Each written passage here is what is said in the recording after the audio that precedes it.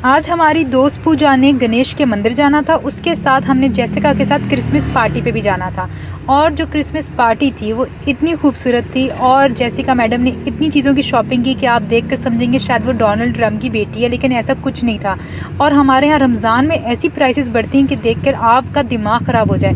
इधर क्रिसमस पे सब ने आधी से आधी प्राइसेस की हुई थी और पूजा के घर वाले भी हमारे साथ थे, तो आज की पार्टी तो बहुत ही खूबसूरत थी। सुबह सुबह हम तीनों लड़कियों ने अपना सामान पैक किया क्योंकि क्रिसमस पार्टी अटेंड करने के लिए हमें थोड़ा दूर जाना था। फिर सुबह जब हमने नाश्ता किया तो यहाँ पर कॉफ़ी के साथ कॉम्प्लीमेंट्री इन्होंने हमें जूस दिया, लेकिन काश कॉम्प्लीमेंट्री साथ में टोस्ट या पराठा दे देते क्योंकि चाय के साथ कॉफ़ी के साथ जूस का कॉम्बिनेशन बिल्कुल नहीं चलता। इसके बाद पहुँचते पहुँचते शाम हो गई तो हमें पूजा ने बताया कि ये गणेश के लिए उसने चीज़ें ली हैं जिसमें अगरबत्ती, कैंडल्स और फूलों का सामान था।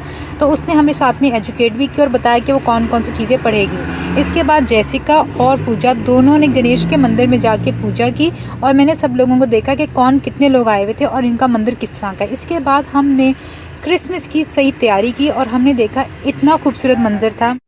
ये देख के मेरे दिमाग में बस एक ही ख्याल आ रहा था कि अभी रमज़ान आने वाला है और आप देखें कि हम मुसलमानों का क्या तकादा है कि रमज़ान आती जब राशन आप लोगों के घर में भी दिलवाते हो या आप अपने लिए राशन लेने जाते हो, जो चीज़ पहले आपको 100 रुपये की मिलती है वो 500 की हो चुकी होती है और रमज़ान ऑफ़र के नाम से उन्होंने हर चीज़ ऊपर नीचे की होती है।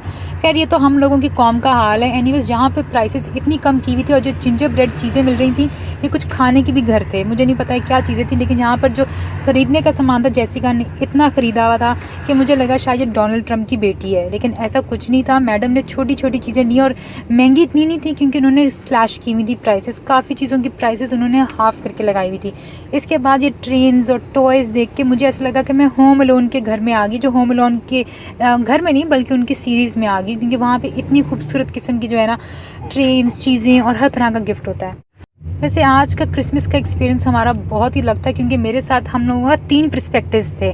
मैं मुसलमान होने के नाते, जेसिका का क्रिश्चियन होने के नाते और हमारी जो पूजा मैडम है उनका हिंदू होने के नाते। हमारे साथ अगर चिंगपोंग होती तो वो उसका भी एक मज़हब है, मेरे ख्याल से शायद वो बुद्धिस्ट है इसलिए उसका अपना एक मज़हब है, तो हमारा अलग सा एक पर्सपेक्टिव होता। हम तीनों ने अपने पर्सपेक्टिव शेयर किए कि क्रिसमस का जो सीज़न है ये किस तरह से अपने अपने मुल्कों में लोग मनाते हैं। हमारे मुल्क में मेरे ख्याल से क्रिसमस पे डिस्काउंट होता है पाकिस्तान में, लेकिन रमज़ान में तो मैं क्या ही बोलूँ। एनीवेज़ यहाँ की खूबसूरती देखें, ये जिंजर केक है जो वाकई जो है एडिबल है, देखने में लगता है शायद ये खाने के लिए नहीं है लेकिन बाकायदा खाने के लिए था। और ये उन लड़कियों के लिए जिनको पोनीज़ और स्क्रंचीज़ का बहुत ज़्यादा शौक़ है, उनका उन्होंने इतना बड़ा क्रिसमस ट्री बना दी कि जिन लड़कियों की पोनियों का जिनको शौक़ हो बालों में, पूरे का पूरा यहाँ से एक पोनी उठाओ, बस क्रिसमस ट्री ना गिराओ और ये पोनी अपने बालों में सजा लो। ये इतना ज़बरदस्त किस्म का क्रिसमस ट्री था और जहाँ पर लोगों की वाइब इतनी ज़बरदस्त थी, सब लोग इन्जॉय कर रहे थे। लेकिन एक चीज़ मुझे समझ नहीं आती यार, इतनी खूबसूरती यहाँ पर सेट की हुई, इतनी खूबसूरती सेट की, मैं लोगों के घर में जब जाती हूँ या हम इंग्लिश मूवीज़ देखते हैं, अमेरिकन मूवीज़ देखते हैं, वहाँ पर मैंने कभी नहीं देखा किसी ने इतने अच्छे से घर सेट किया। होम अलोन में फिर कहूँगी बहुत ही खूबसूरत सेट हुआ हुआ था और पोलर एक्सप्रेस में कभी कभार वो दिखाते हैं कि प्यारे से घर सेट हुआ हुआ है। एनीवेज़ हमने जेसिका से उसकी राय ली तो उसने बताया कि यहाँ पे क्रिसमस में भी बहुत तरह के लोग हैं, जैसे मुसलमान में शिया सुन्नी में तफ़रक़े हैं, वहाँ पे कैथलिक, ऑर्थोडॉक्स और प्रोटेस्टेंट्स में भी डिफरेंस है।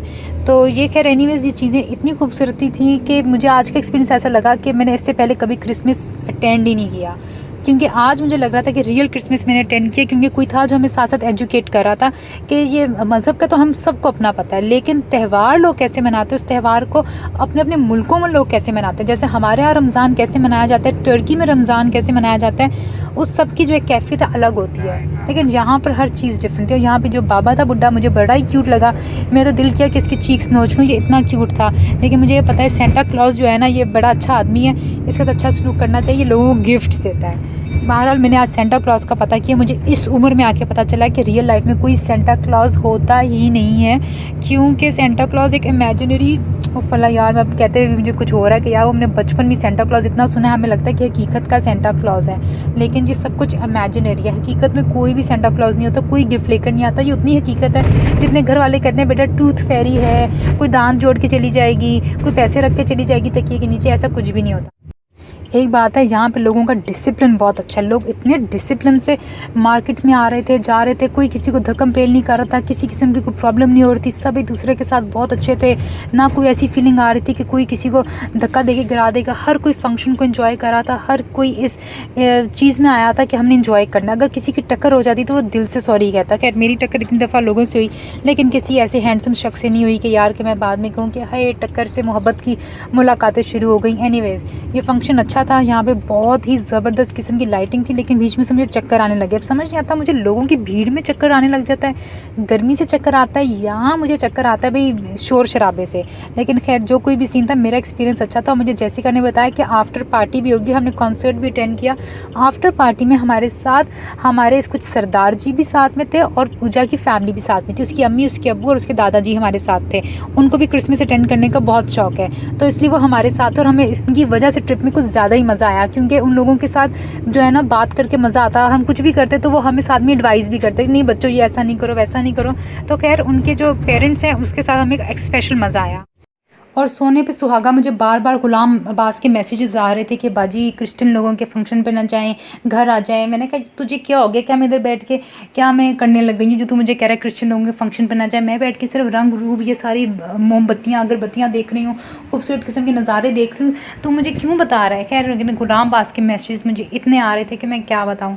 खैर मगर सबसे हंसने वाली और मज़े की बात ये थी कि मैंने कुछ फ़ोटोज़ ली हैं जिसमें मैं गुलाम अब्बास की फ़ोटोज़ जोड़ के लगा दूँगी। उसको ये नहीं पता कि उसने मेरे साथ पंगा ले लिया, उसने मुझे बहुत गुस्सा दिलाया था। थ्रू आउट मुझे इतने फ़ोन और मैसेजेस किया, मुझे फंक्शन एंजॉय भी नहीं करने दिया। खैर गुलाम अब्बास के ऊपर मैं क्या ही गुस्सा करूँ, वो गुस्सा करने के काबिल है, क्योंकि हर दफ़ा वो कुछ ऐसी बातें करता है कि मैं क्या ही कहूँ, मुझे गुस्सा दिला देता है वो आदमी। खैर गुलाम अब्बास को मैंने किया माफ़। आज तो मैं ये एक बात कहूँगी कि इधर फंक्शन में जो पूजा के घर वाले बहुत इन्जॉय कर रहे थे, उसकी अम्मी को कॉन्सर्ट बहुत अच्छा लगा। हालांकि गाने उनके ज़माने के नहीं थे, बहुत ही इंग्लिश गाने थे जो मुझे बिल्कुल अच्छे नहीं लगते। इस तरह के गाने मुझे हमेशा बोर कर देते हैं, क्योंकि इसमें आप पता नहीं कौन कौन से सिंगर आजकल के आए हुए हैं, मुझे उनका कुछ पता ही नहीं है, समझ ही नहीं आती कौन क्या गा रहा है क्या नहीं।